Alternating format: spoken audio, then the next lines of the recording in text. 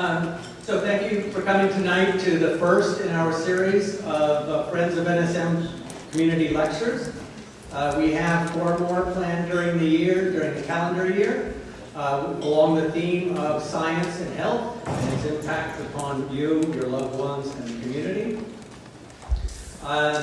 This is a new series. This is the first in a beginning series where each calendar year we will be having a program on campus, evening lectures, thematically following through the calendar year, with next year's being related to energy, the science of energy.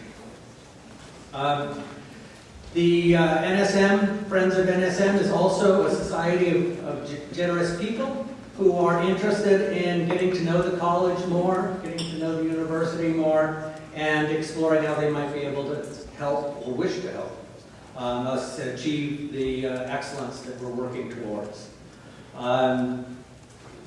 So let me just begin by introducing to you Jan-Åke Gustafsson, who's going to kick off the lecture this year, and introduce our speaker. Jan-Åke is the director of the Center for Nuclear Receptors and Cell Signaling here at the University of Houston.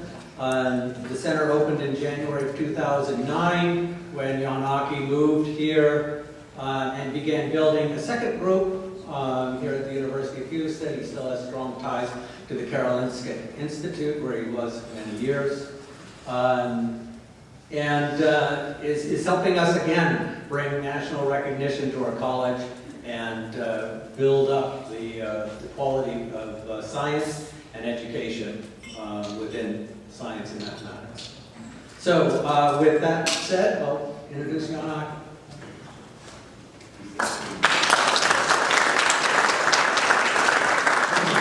Thank you very much.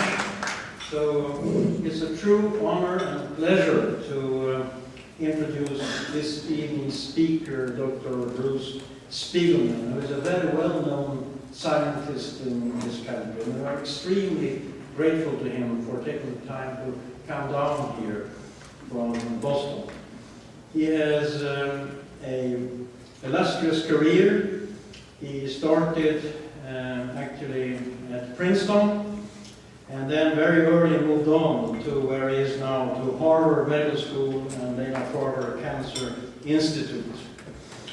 He has a long list of awards, and just to mention a few, he has obtained Bristol-Myers Squibb Award for Distinguished Achievement in Metabolic Research. He has obtained the Karolinska Institute Rolf Luft Award in endocrinology. Rolf Luft was a very famous father of endocrinology at the Karolinska Institute. So again, it's very nice to know that Bruce got that distinguished award. He's of course a member of the National Academy of Sciences, one of the highest distinctions you could have in this country. And he just told me that he has got now the Banting Award, which will be given to him later on in Philadelphia. He is one of those scientists who surprise everybody by continuing to deliver all the time breakthrough discoveries, which makes everybody interested in his research.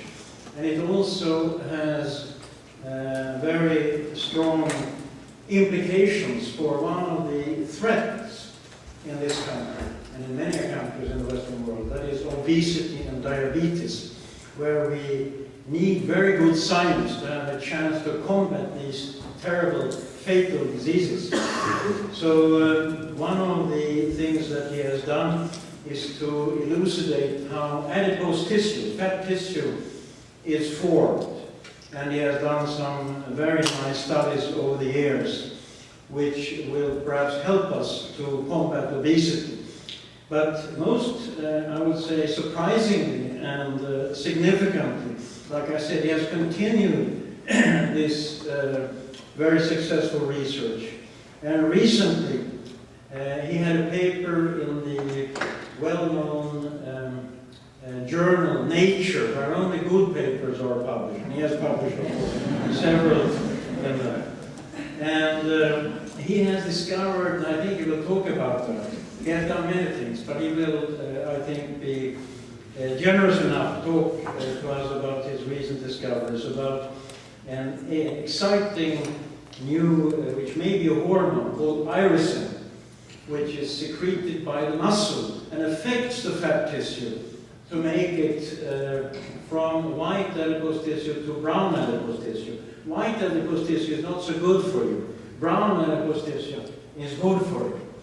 So I think that this recent discovery, very fresh discovery, will has a great deal of promise to combat these terrible diseases.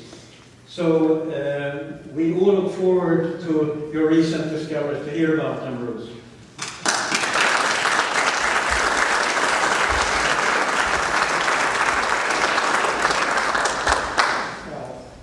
Thank you very much, Yanaki, for that generous introduction. I was enjoying that so much. I'm sitting here sipping my wine.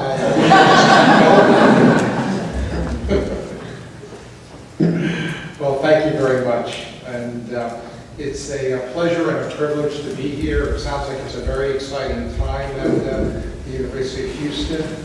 I wish you all the best. And I'm glad to kick off this lecture series. So, from what I understand, this lecture series represents a little bit of an interesting challenge in that there are people who are molecular biologists and biochemists in the audience, but also people who are from other areas of science and also friends from the community. So I will try to find a middle ground tonight between not making it too technical for people who are not in the science world, while at the same time not insulting people who are scientists and providing us information so you can hopefully understand what I said.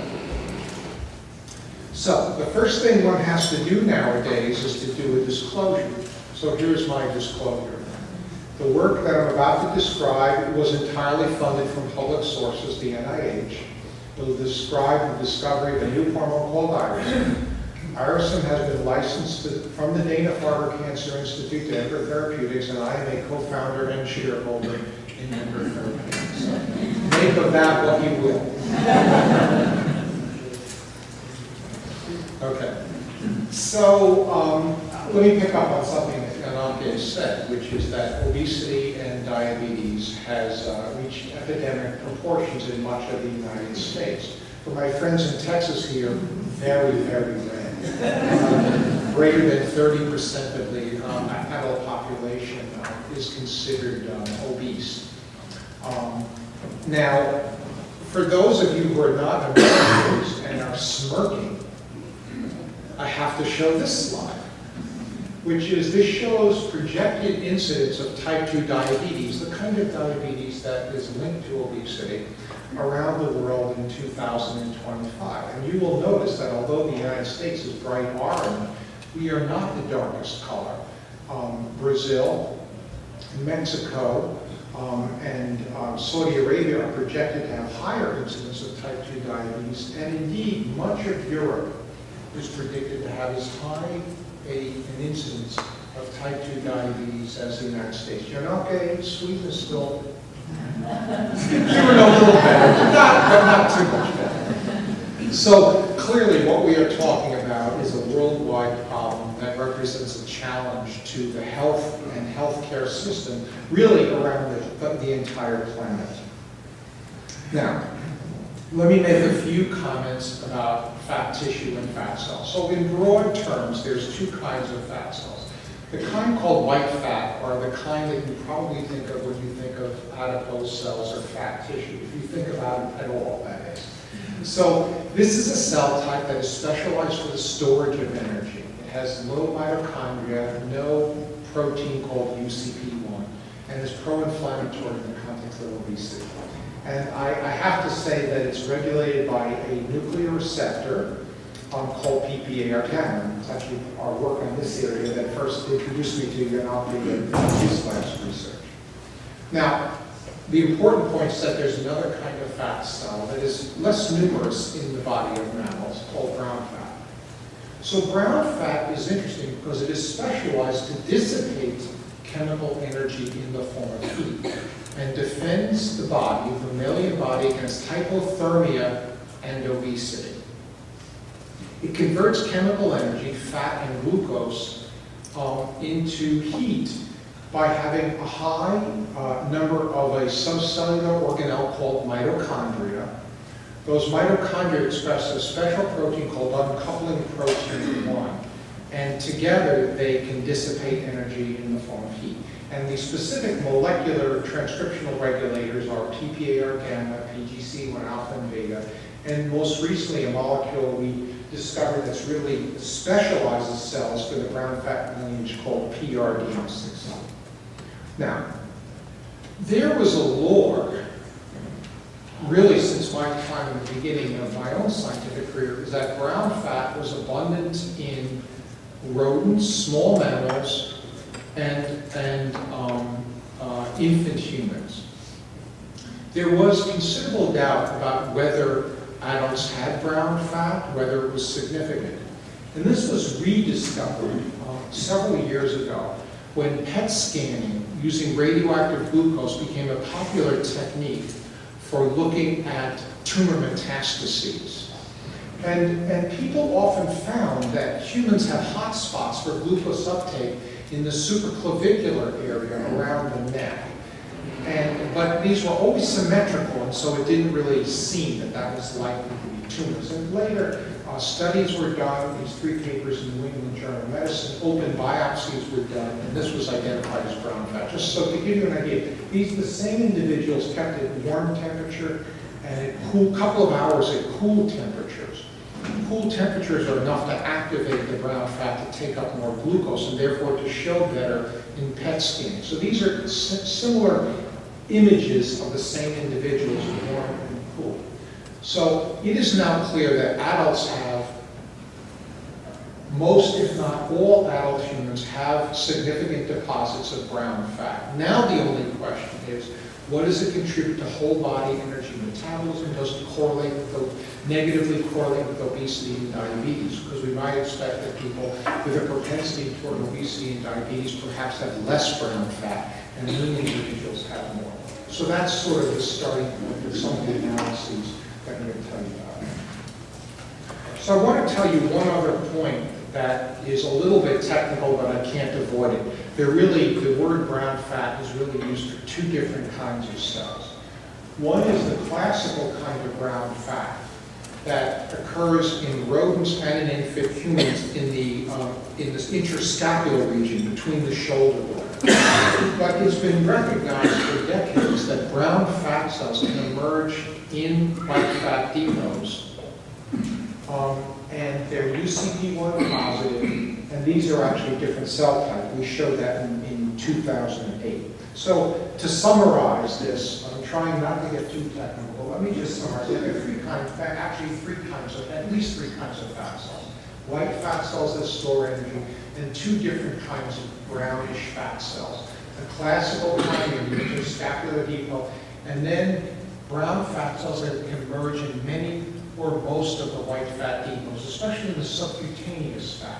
And my lab calls these beige fat cells, other labs call them bright cells. There's a little nomenclature issue that we haven't straightened out yet. But just remember that there are 2 different kinds of brown fat. Now, why do we care about this? Let me show, I can give you many examples from the literature, but I'll show you one from our own laboratory. We made a strain of mice that expresses this molecule called PRDM16, this brown fat regulator in all the adipose depots. And what we saw in this mouse was a browning of the white fat. So let me show you what I mean by that. This is stained histologically immunostaining for uncoupling protein 1. So the brown are cells expressing uncoupling protein 1. This is what I mean by brown emerging in the white fat. These are otherwise white fat cells, and you get pockets of UCP1 positive cells. That's what this transgenic mouse has. And this transgenic mouse has improved glucose tolerance. This is a very simple test for diabetes that probably most of the people in the audience have had. This is when you go to the doctor's office and you fast. Pregnant women always have this. Men, if they suspect you of having diabetes, they'll do an overnight fast, you'll drink a sugary drink, and then by doing periodic blood tests, you can tell whether your body handles glucose properly. So, this is a wild type mouse, a normal mouse that's put on a high-fat diet. And this glucose tolerance, this is time in minutes, glucose blood levels. And this is abnormal. It should be going up and down faster. This is abnormal glucose tolerance or impaired glucose tolerance. Our mouse with more brown fat looks more like a wild type mouse. So this is one example to say that just by browning the white fat through the action of this molecule, PRDF16, this is a less diabetic animal. This animal is healthier in terms of its glucose homeostasis. So that's why we all should care about this. So the question is, what should we do about this? And surprisingly, we learned that one thing you want to do if you want that better glucose homeostasis and better browning of your white adipose tissues is to exercise. And I'll tell you why. So in this recent article, the doctor says that's not a rash, it's moss. You need to be more active than a tree. We all sort of know that, but I'll tell you another reason why that is true. Let me take a very, very brief technical term. Try to keep your eyes open. I'll get through this very quickly. There's a molecule called PGC1 alpha that one of my fellows, Patty Coucherier, discovered in the late 1990s. It controls mitochondrial formation, including mitochondrial formation in muscle, among other tissues. And other investigators showed that PGC1 alpha was induced in exercise. It was shown by other investigators that this molecule called PGC1 alpha is induced in exercise in mice, in rats, in humans, running, swimming, walking.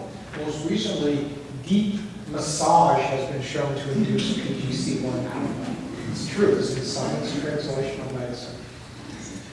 So this slide summarizes about 14 years' work from my lab and the work of others relating to PGC1 alpha and muscle. And the sort of surprising, shocking, and wonderful thing is that this one molecule gives muscle, endows muscle with many of the benefits of exercise. So this is what we were originally studying, mitochondrial biogenesis. But then we and other people showed that it increases neuromuscular junctions. When you exercise, the relationship between your muscles and the nerves gets stronger.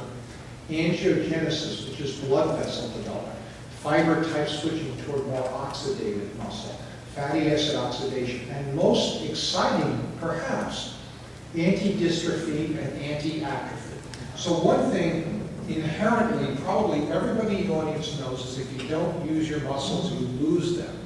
That's not just lore, that is literally true. If your arm or leg is in a cast, or if you were bedridden, your muscle atrophies very rapidly. Your bodies have evolved so that if you're not using your muscles, your body recognizes your muscle as a source of calories. It simply mobilizes your muscle and burns it as an energy source. Exercise counters muscle atrophy. That's a fact. That's one of the reasons why it's very important to exercise.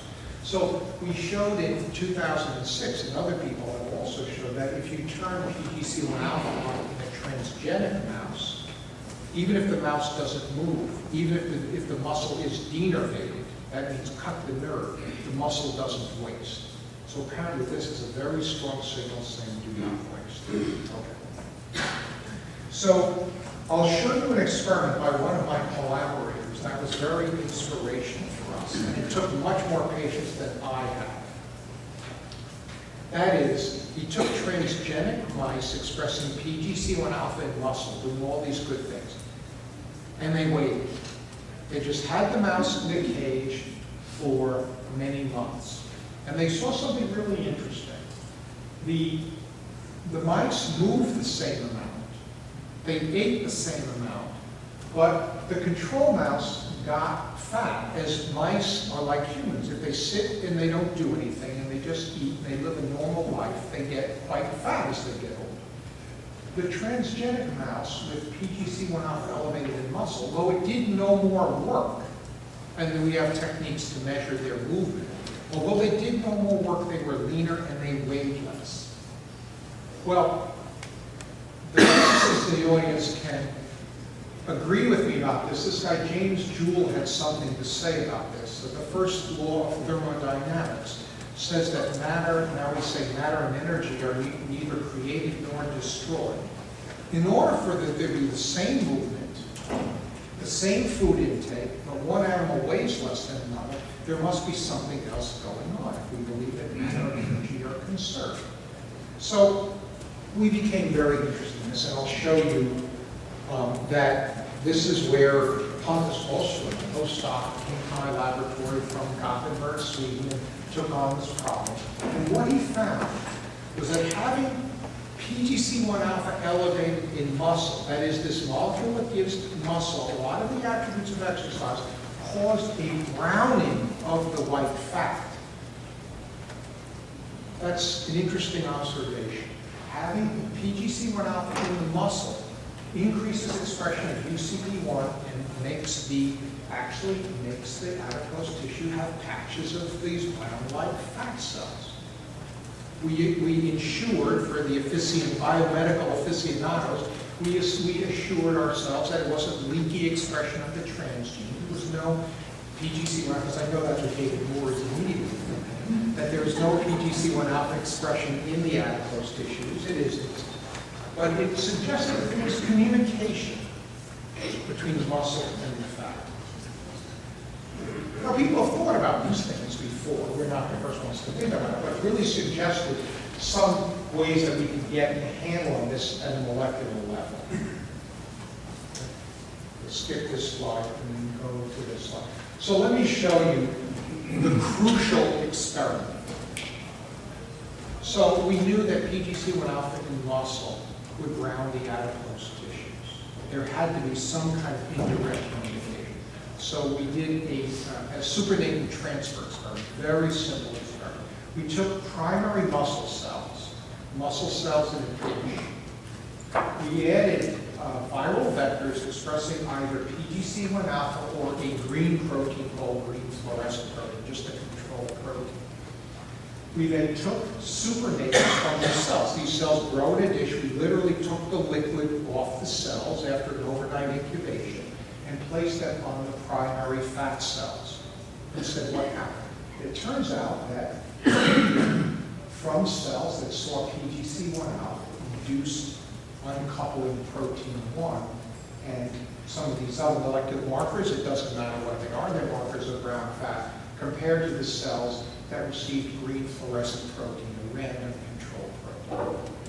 This was good news for us because the communication between muscle and fat could have come in many ways. It could have been through the central nervous system. There's nothing wrong with the central nervous system, I just don't understand it. I'm a biochemist. I do understand an activity in medium. That's something we felt like we could sink our teeth into. Neural circuitry and all the other possibilities are simply outside our ken. So this led to the hunt for this topic. So what is it that what factor or factors do fat cells secrete under the influence of PGC1 alpha that tells the adipose tissues to turn brown and increase energy expenditure? That's the functional question. So we approach this about 4 different ways, many biochemical ways, but the way we eventually at least partially solved this was sort of informatically. We basically determined, using a very popular technique called Affymetrix gene expression arrays, we could measure the relative quantitative expression of every gene in the genome in cells with and without PGC1 alpha. This is a standard technique. And then there are algorithms, multiple algorithms that can predict who might be secreted. They're not that accurate, but we use several of them, and so we look for really proteins that would be inserted into membranes and maybe secreted. None of these predictions are perfect, but we used several of them, and we were open-minded about it. And then we did biochemistry, cellular and biochemical analyses to look for secretion of individual factors. And it led us to a molecule called FNDC5, saving lots of painful details and many, many months of work getting to this one molecule. So in the end, this is a protein a membrane protein called FNDC5. And for reasons that I still don't understand, it's commercially available. I guess these days there are companies that make every known protein in the genome, because there were only 2 papers ever published on this subject, and they're not of particular interest. But it was available from Abnova, so we bought it. This shows you the effect of purified FNDC5 on relative expression of uncoupling protein 1. For those not in this field, uncoupling protein 1 really is the key functional protein of a brown fat cell, and it's brown fat specific. So that's why I always just have bar graphs of UCP1. It's a very important, it's a surrogate, but a very important surrogate for brown fat function. So the red bars are the effect of FNDC5, 20 nanomolar, quite reasonable levels on UCP1 expression. It also turns on a number of other proteins that are elevated in brown fat. So this is in the grounding of white fat. These are subcutaneous white fat cells. We get this effect. We did exactly the same experiment on classical brown fat. I mentioned this about the 2 different kinds of brown fat. In the interscapular classical brown fat, we see no effect at all. So this really works on the browning of the white adipose tissue, not the classical tissue. Okay, so what is FNDC5? Fibronectin domain containing protein 5. It was cloned by 2 groups in 2002 as a muscle-enriched novel gene. Interestingly, it was annotated as an intracellular protein. So both groups, they didn't do much functional analysis, so I wouldn't be too critical, but basically they missed the boat that this is a potential secreted molecule. And it's enriched in heart, muscle, and CNS. In fact, I give my postdoc, Thomas Bolton, tremendous credit, because not only did he have this sort of scientific strength to recognize this as a potentially secreted molecule, there are 2 papers that insist on the subject, say it's an intracellular molecule. So you have to be a little bit arrogant, I think, to be a successful research scientist, and Pontus has that quality. So, and he was absolutely right. So I'll just show you that this shows transfection, the DNA vector into cells, will be immunoblot the cellular fraction and the supernatant. Significant amount of FNDC5 is secreted into the medium, and it's a different size by SDS gel electrophoresis is this technique. And this differential means it has slower electrophoretic mobility, which is usually associated with a larger size. It's modified. Okay, so what is actually the product? So working with mass spectrometry specialists at the Dana-Farber Cancer Institute, Harvard Medical School, we have Steve Beebe, who's one of the best mass spec people in the world. So we work closely with them to determine what is the piece that is actually secreted. We predicted that the signal peptide would be cleaved. This would be the likely N-terminus. That turns out to be true. And of course, the cleavage is actually right about there. So the proportion from about here to about here is the secreted moiety. So this is what is known as a type 1 membrane protein. It has a single membrane spanning hydrophobic region. The protein is a membrane protein. It sticks out into the extracellular space, and then it's proteolytically cleaved and shed. You can think of this kind of molecule as being shed from the cell surface. We named this protein irisin after Iris, the Greek messenger goddess, one of the not well-studied Greek gods. But I thought irisin was an appropriate name because we didn't want to name it for any particular function, because even though I'm going to tell you how to function tonight, we don't really know that that's its only function. We don't even know that that's its main function. So Iris was the goddess who went from the gods in Olympus to humans on Earth. She was the messenger goddess. And so we gathered the idea that irisin is a polypeptide that's secreted with exercise, as you'll see in a little while, and therefore carries the message from muscle to other tissues.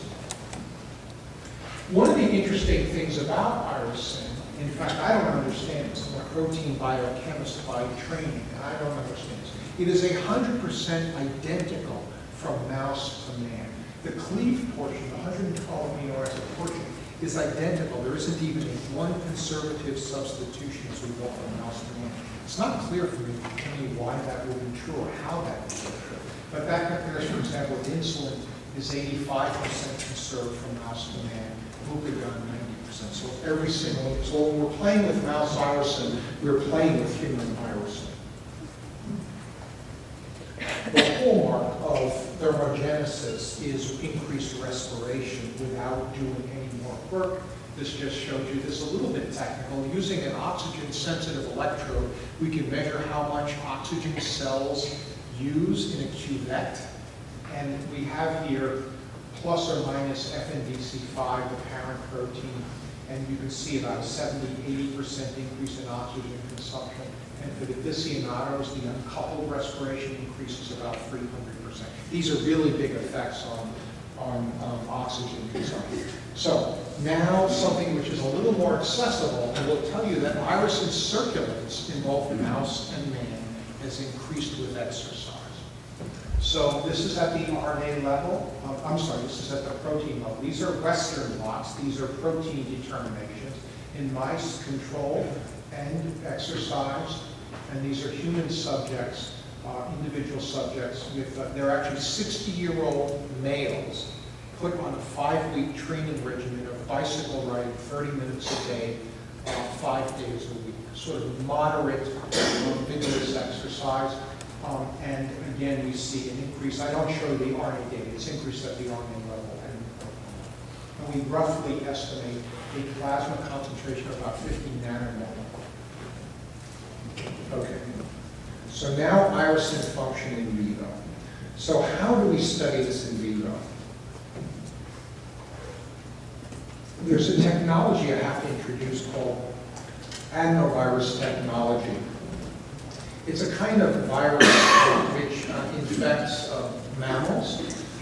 Humans can get adenoviral infections as well. They cause a mild respiratory infection.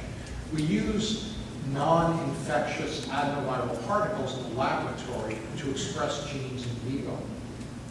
And if you use the viruses to express a gene, you inject it into the bloodstream of the mouse, it all gets taken up by the liver. The liver clears adenovirus, it infects the liver.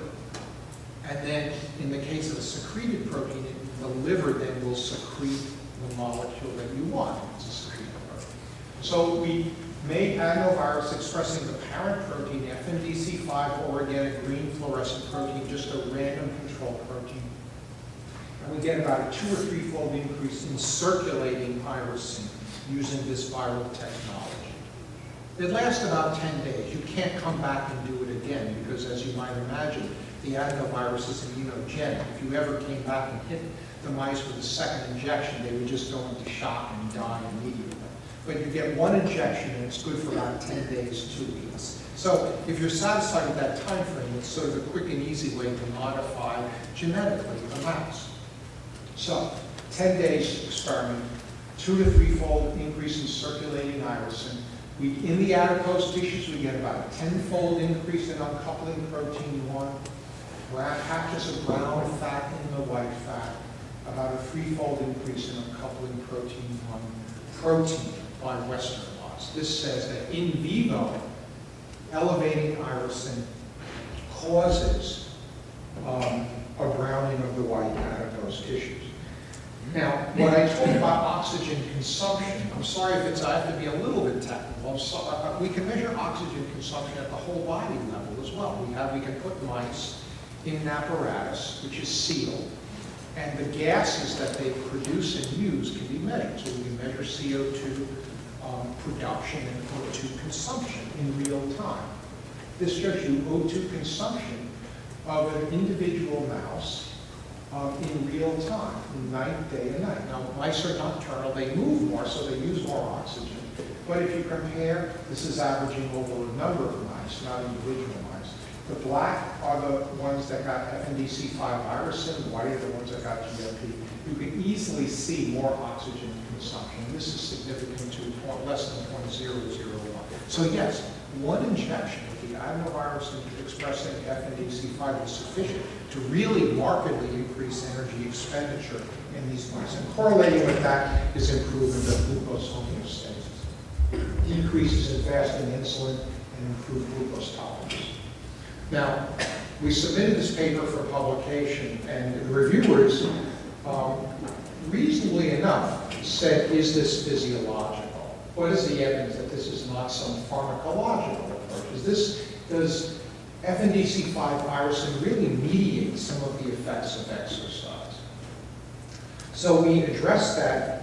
In a way, we're quite lucky. There is one antibody commercially available against FNDC5 irisin, and it does neutralize. So one way to knock a protein's function out is if an antibody recognizes it, it often, but not always, will neutralize its function. So I'm going to show you an antibody neutralization experiment.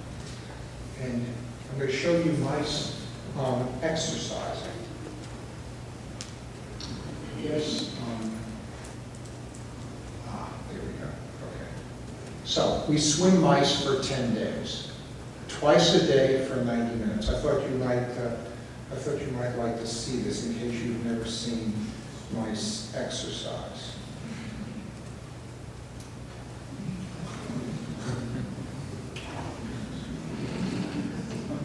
So there's a couple of things about this I want to point out. First of all, mice are good swimmers. That's one thing.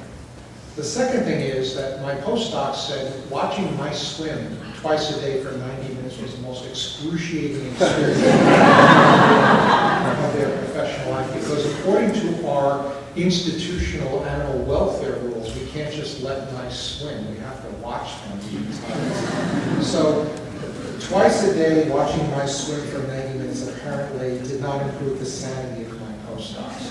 But there really is even a scientific reason to do that, and I'm going to point it out to you here. Watch carefully. They cheat. If you look over here, they tend to piggyback ride. They jump on each other's back, they'll float, they'll piggyback ride. So not only do they have to watch the mice, they have to stand there with a pipette. Make sure that they won't piggyback ride, and make sure that they didn't float. So anyway, hopefully that was worth it, and I think it was. Because this shows you, so we used a control immunoglobulin or the anti-FNDC5 immunoglobulin.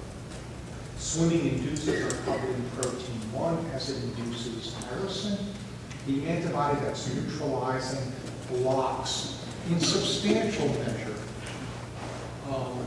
the browning that occurs in the adipose tissue as a consequence of the exercise. So this allowed us to say, with some degree of confidence, this is at least part of the physiological response to exercise. You lose the browning of the adipose tissues. In substantial measure, but not necessarily the whole story. Okay, so let me summarize. That what we have shown is, starting with the work on PGC1 alpha, led us to a new molecule that's secreted. FNDC5 is clipped, forming a new hormone, a myokine called irisin, that works on the adipose tissues and browns them. Now, as we go forward here, the reason why my title mentioned other diseases is we don't know that this is the only function of the irisin molecule. Exercise benefits many, many tissues, the brain, the liver, the heart, the skeletal muscle itself. I think it's unlikely that the only thing irisin does is to brown the adipose tissue. I think it's unlikely that irisin does everything that exercise does. But we are very interested, especially, I don't know if you're aware of this, but in a terrible neurodegenerative disease like Alzheimer's disease and Parkinson's disease, as well as other diseases like ALS, neurodegenerative disease, exercise benefits these patients, but in many cases they can't exercise after the earlier stages of the disease. Furthermore, regarding the health of the brain, exercise is essentially the only thing that's known that can cause neurogenesis, the formation of new neurons in the adult brain. So it's a bit of a fantasy, I would say, but we at least have the fantasy that maybe irisin is one of the molecules that links exercise with the health of the brain. Well, at least the idea may be wrong, but we'll go down swinging.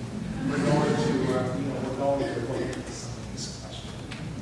Now, to go into these questions, this is where we start to get a little biotechnical. The trouble is a small molecule, a small protein like irisin, 112 amino acids, is a very fast clearance out of the system. In vivo, in our bodies, it would be made more or less constantly at whatever levels needed and cleared more or less constantly. Trouble is, if you take an injection of irisin, it's going to be cleared very quickly. So we engineered the molecule a little bit. So what we've been trying to do is to engineer the molecule in a form that could be useful as a therapeutic, first in preclinical models like mice, and maybe eventually a clinical trial with humans. So we used a trick that I had learned from my experiences in the biotech world, serving as an advisor for biotech, which is to fuse a polypeptide of interest to the immunoglobulin molecule, particularly a part of the immunoglobulin molecule, your antibody molecule is called Fc. It doesn't matter what it is, it's just a fragment of your antibody molecules. But it is what endows your antibodies in your bloodstream with their stability in the blood. Your antibodies circulate for 60 days, 90 days without being cleared. They're very, very stable in the blood. So in the biotech world, it's always a good trick to try. Whatever your protein of interest, fuse it to the Fc fragment of antibodies and see if it still works. Okay, so we did that. We made Fc irisin and irisin Fc in the two orientations, N and C terminals. Turns out that Fc irisin is completely dead, but irisin Fc is very much alive. So we can make this as a fusion protein with an antibody molecule, part of an antibody molecule, and still, at least in cultured cells, seems to work. Okay, well that's cool, because the pharmacokinetics, what happens when it's injected into the blood, this is pretty well understood. Fusion to Fc of antibodies will almost always stabilize a protein in blood. So this shows you the time in hours in a mouse's bloodstream of a single bolus injection. This is the protein is not degraded. It has a T1/2 in the mouse of about 9 days, one injection. So this then becomes so simple that I can even talk my postdocs into doing the experiments. So we took Fc irisin, or irisin Fc, as well as a control Fc molecule. Fc means the immunoglobulin, the antibody. One injection, 80 micrograms, 20, that works out to 2 mg per kg of these molecules into a mouse, wild-type mice, wait 10 days, harvest them at the end. And you can see that irisin Fc causes a 3.5-fold induction of uncoupling protein 1, correlating with the browning of the white adipose tissues.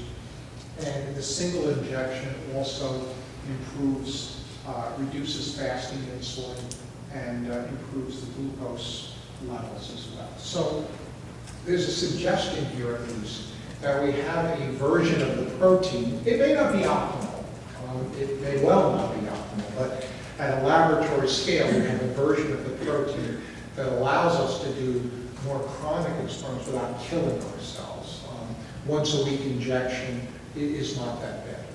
So the other thing I want to mention is that once you know that a molecule is active and it's fused to the antibody molecule, it is also a nice tag for allowing staining of tissues to look at specific binding.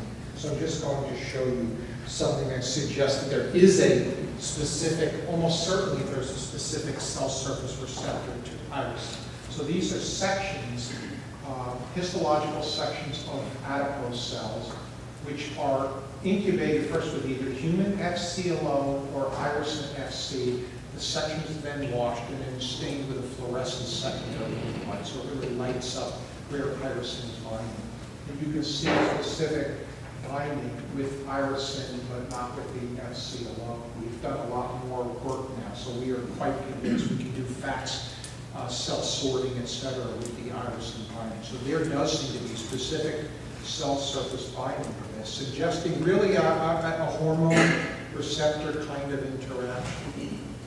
The nature of that receptor is under excruciating a study at the moment. My postdoc, Pontus, is going back to Sweden in a few months, and where he's doing everything he can to try to identify the receptor. Now, the reason, for those of you not in the biomedical world, the reason why the receptor is such a big deal is that in theory you could have a drug with irisin, but if you have the receptor, you could possibly design molecules without, besides irisin, maybe even synthetic compounds that could activate that receptor.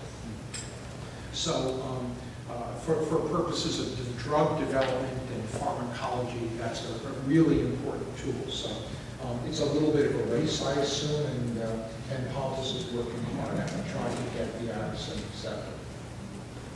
Okay, so let me conclude by saying that FMDC5 is an exercise in PGC alpha-induced protein cleaved to release a new molecule called irisin.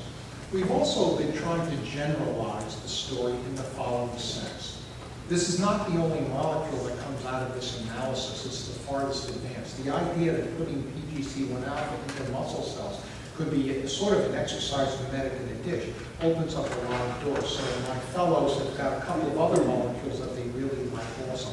So overall, the goal of the program is try to capture, to the extent we can, sort of perhaps some of the molecular aspects of exercise in terms of new specific molecules that perhaps mediate some of these effects. Irisin can be identified in the plasma of mice and humans. It's increased with exercise. It potently induces the browning of white fat, increases thermogenesis, to date, we've done 10-day experiments. We eventually have to do longer-term studies to see whether the effect wears off, how pronounced the effect can be.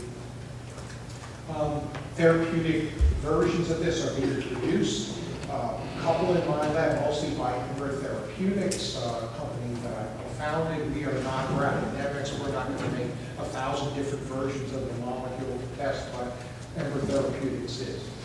And lastly, irisin carries some of the positive effects of the exercise, perhaps in some of the other exercise-sensitive conditions. It is, as I come from the world of metabolic disease, I'm very interested, but I have to say it is really my dream to know and whether this can possibly bring benefit to neurodegenerative disorders like Alzheimer's, Parkinson's, ALS, where there are hints that exercise is effective, but really a patient with ALS is not going to really be effective in an exercise program.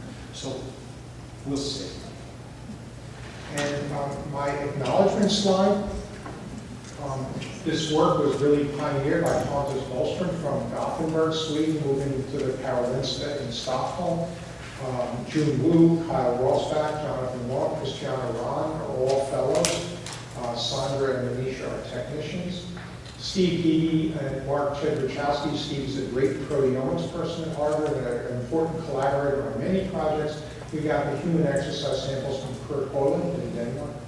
And lastly, I'd like to mention that the work was funded by the National Institutes of Health, specifically NIDK. This says 60 years NIDK has existed. They have funded me for 30 years.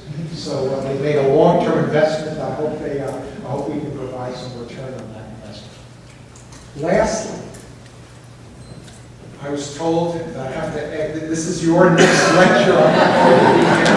My friend Eric Olson, who's also very interested in muscle biology, a great scientist. I recommend you come to Eric's talk. Thank you.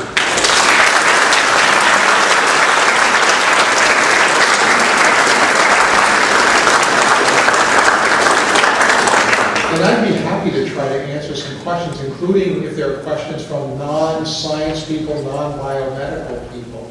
It would be my pleasure to try to answer them. Yes, ma'am.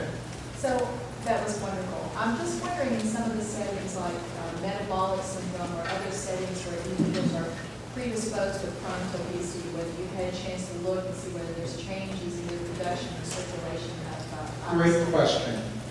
Technically, we are a little bit limited because the assay is a Western blot assay. When we first take the plasma, we get rid of the immunoglobulins and the albumin, and then we have to do Western blots. It's extremely awkward.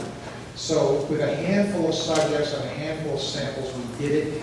And we really have to have a better assay, like an ELISA assay, to find substantial work. So we're working on that, but it would be too brutal. And also the Western blots are only semi-quantitative anyway, but it's a very good point. Important. Yes, sir.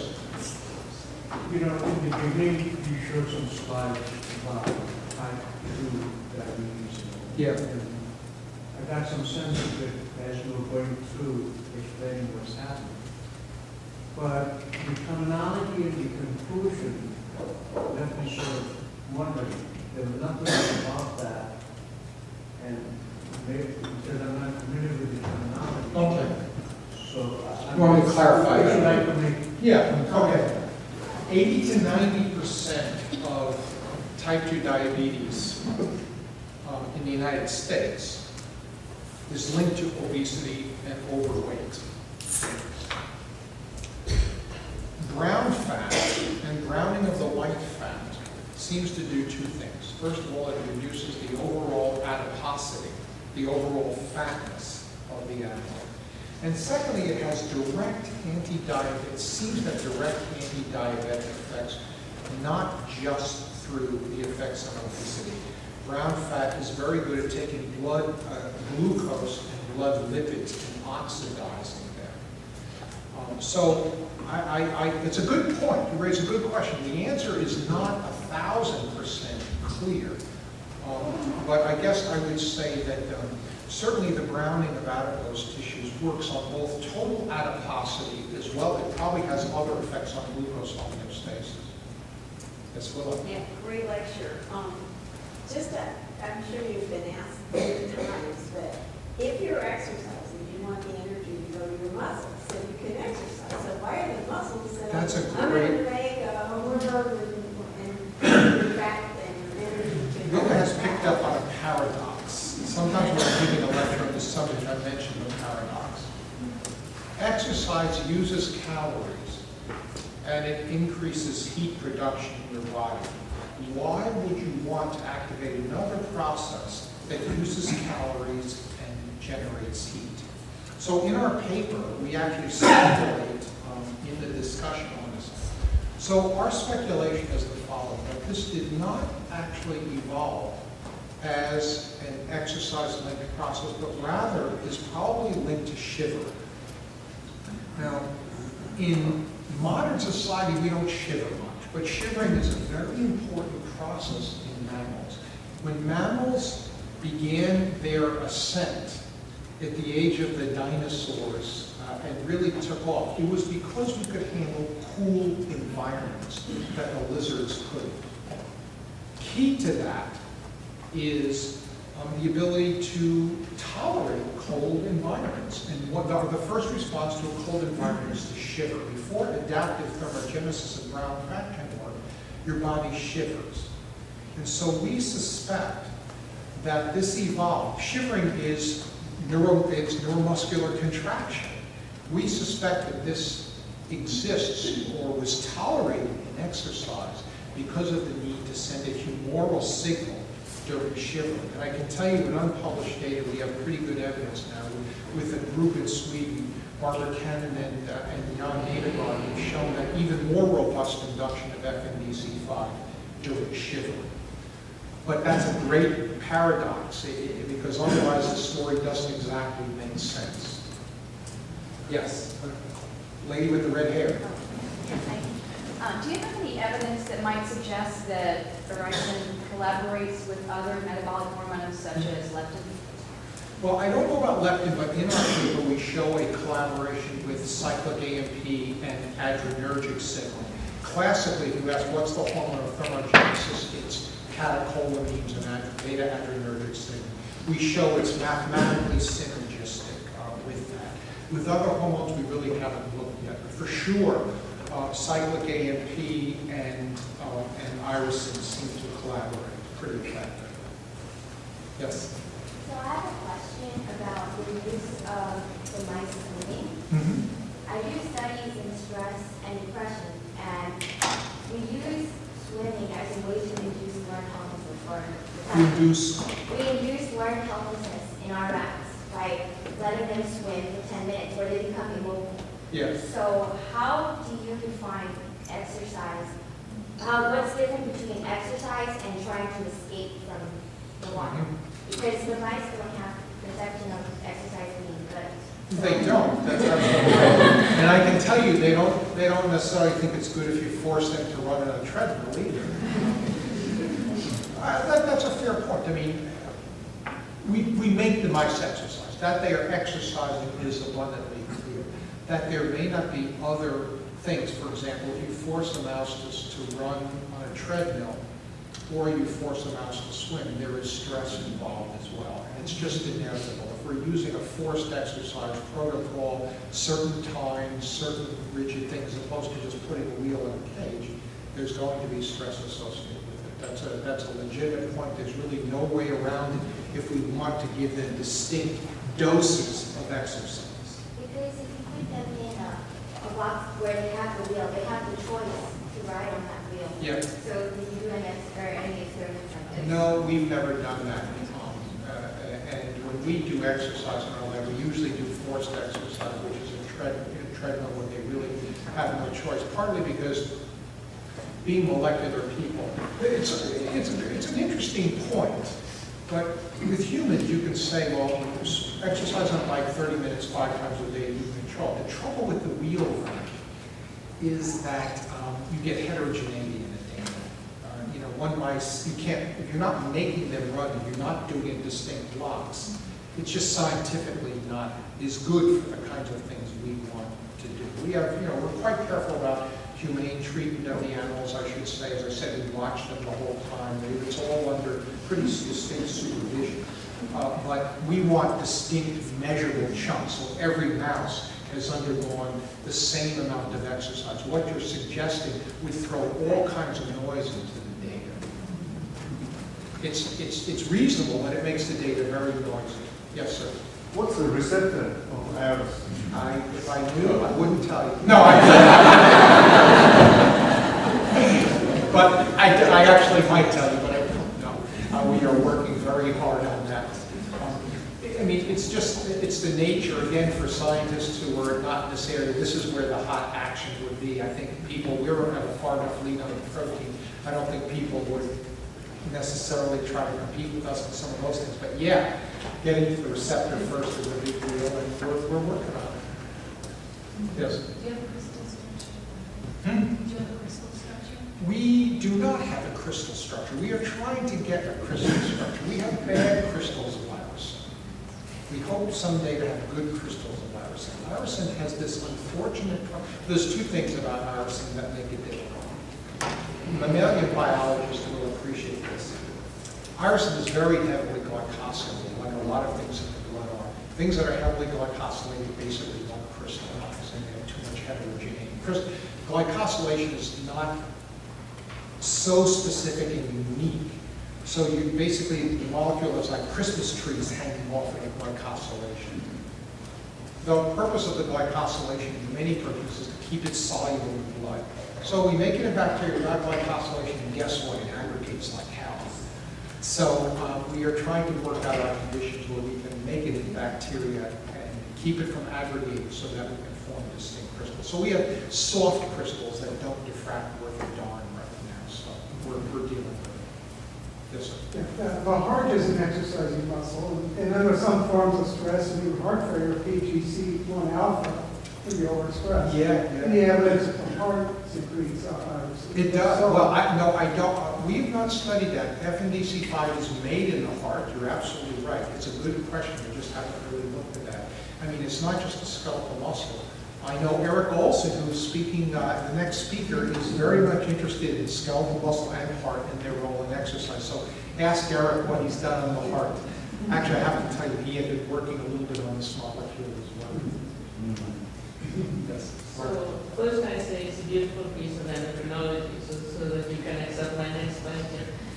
Since irisin is so tricky, and since the major thing that you're looking at is UCP in the fat, can you make a UCP molecule? Can you make a UCP? Imitate to get into cells? To make like a UCP mimetic? Yeah.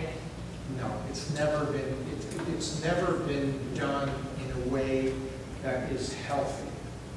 People have uncoupled mitochondria chemically. It turns out it's not that hard to make chemical uncouplers. Dina-farber, famously, is a chemical That's the uncoupler. way to kill them. Well, you do kill people eventually. So in sort of before and during World War II, dinitrophenol was actually a popular diet drug and poisoned a lot of people. Now, interestingly enough, the body tolerates it a little better than you might expect, but in the end, it is never gotten FDA approval. So uncoupling mitochondria is not very difficult, but I think the way nature did it is it uncoupled it in a specific tissue, adipose tissue, that is not required. For example, obviously, if you uncouple the heart, you would die immediately. So you have to, if you're uncoupling, it has to be in a tissue that, if its energy is impaired, it doesn't have dire consequences. The brain, the heart are very intolerant of damage to their ATP levels. But So- it's a fact, just the way. Yeah, okay, so if you could develop a food coupler that was fat selective, there might be possibilities, but I think honestly, the pharma industry would find that too dangerous. They're very, as you probably know, they're very conservative to begin with. So the idea of playing with chemical uncouplers, you know, I think it's the story of DNP killing people in the 1940s is very well known in this field, and I don't think anybody would want to go anywhere near it. Yes? Have you ever been able to reduce any amount of obesity by injecting irisin in Yeah. any animal? That's a good question. So in 10 days, we bring it down a little bit. We've not done more chronic studies, but we get small. But if you go look at our paper, it came out 2 or 3 months ago, with the virus and with the protein, we get small but significant weight loss. So these diet-induced obesity Yes. amounts? Yeah, we tend to stay away from the leptin-deficient OB mice. I mean, they're really, in their endocrinology is really, really unusual. For example, they have almost no thermogenesis. People may not know this if you're not from the famous OB mice are completely deficient in brown fat thermogenesis. They'll actually die if you put them in cold. So it's not a good model. So we stick with I like DIO anyway as a model for human disease. So we do all this in DIO, diet-induced obesity. Yes, sir. How does it convert the white fat to brown fat? Hmm? How does it convert the white fat to brown fat? How does it do it? Yeah. Don't know. Right now, we know there's a genetic requirement for PRDM16. We really don't know mechanistically how this is working. Did you look at the gene profiles of the mice? Of course. Yeah, no, we've looked at the gene profiles, and it just shows all the usual thermogenic things are up. That doesn't necessarily lead you to the key regulators. In the paper, we showed a little bit that PPR alpha is up, and if PPR alpha doesn't go up, you don't get as robust a thermogenic response, but that was kind of low-hanging fruit and kind of obvious. So really what's going on, the key pathway that irisin is activating in the cell to make it brownish. I should also mention one other thing. Your question reminded me. This takes a couple of days, not minutes or hours. So it's almost like a quasi-differentiation. If you put irisin on for 30 minutes for an hour, even for 4 hours, you see very little in terms of the browning. This actually takes a couple of days. So there's something quasi-differentiation going on, we think. Yes. I'm an engineer by profession, so most of these things went over my head. But exercising, does exercise make the white cells become brown? Yes. I had that slide, and for sake of time, I skipped over it. It was actually in my presentation. Yes, we were scooped on that. We discovered that while we were doing this work, and 2 other papers appeared to show exactly the same thing. So chronic exercise actually increases the browning of your white adipose tissues. I had that actually. It was one of my first slides.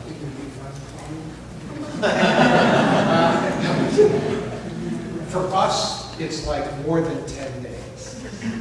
So a typical exercise protocol we will do is we will run a mouse for 90 minutes, for 3 weeks. Yes, I'm sorry. So I noticed in the paper that you only use male mice and you only use male human subjects. And I assume that was the ease of it, but I was also wondering if you've ever looked at female mice and if you have, what are the conclusions? And if you haven't, can you speculate on how you think the estrous cycle is affecting this? Yes. We just really, I'm slightly embarrassed, and once in a great while, the reviewers make us use a female cohort of mice. It's a good idea, it just doubles the expense of the experiment. But we have given irisin to female mice, and we get the same effect. So that I know. I don't know that the estrous cycle really affects things one way or the other. I know that male mice often get more obese, they're a little more aggressive about eating than the female mice. But in terms of the exercise protocol, we've not done it with females. We have given female mice irisin. To go back to the question of chronic exercise, if one is getting home, is there such a thing as too much exercise? Is there such a thing as too much exercise? Well, I think you can damage yourself with exercise, and other people may be able to answer this better than I can. I don't know that I've never heard of too much exercise, except that eventually you can damage your joints. But in terms of the cardiovascular effects, I don't know that there's too much exercise. For some rare individuals, it can cause problems. I mean, there are examples of athletes on it. Is this drowning with fat? Is it more or less linear, or is it go up and down? Well, it's reversible. That I know. But the dose response, which I think is really what you're getting at, I actually don't know. And this, I think, it's a very good question, but I should say that for us, it's sort of a means to an end. I'm really a molecular scientist. You're asking a very good question, but really a question for an exercise physiologist. Bob, you have a question? How large is the family of these farber animals? It's like there are 5 members. They're FNDC. I think one of them is skipped. Can they substitute? Great question. My postdoc asked me to stay away from that because he's going to work on that back. So there is a whole family of these things. And their structure is, we're talking 50% sequence identity. So whether, and I don't think any of the others are induced in exercise, but that doesn't mean they couldn't pharmacologically be useful. So I think Pontus is planning on taking a look at that. One more in the back. Any idea what is there an exercise with protease that's responsible? The protease? Yeah.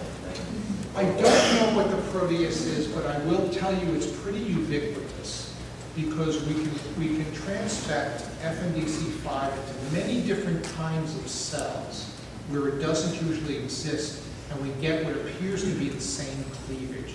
So it looks like some sort of constitutive protease, or at least very widespread protease. We were thinking originally, is it muscle specific? Is it regulated with exercise? So far we don't, it's in the word, I wouldn't say we have a definitive answer, but we have no evidence for it. And I showed you the FNDC5 is not in the liver. If you express in the liver, it secretes the same exact molecule. So it looks like something housekeeping or close to housekeeping. Great. Well, perhaps you can join me in thanking Dr. Spiegelman.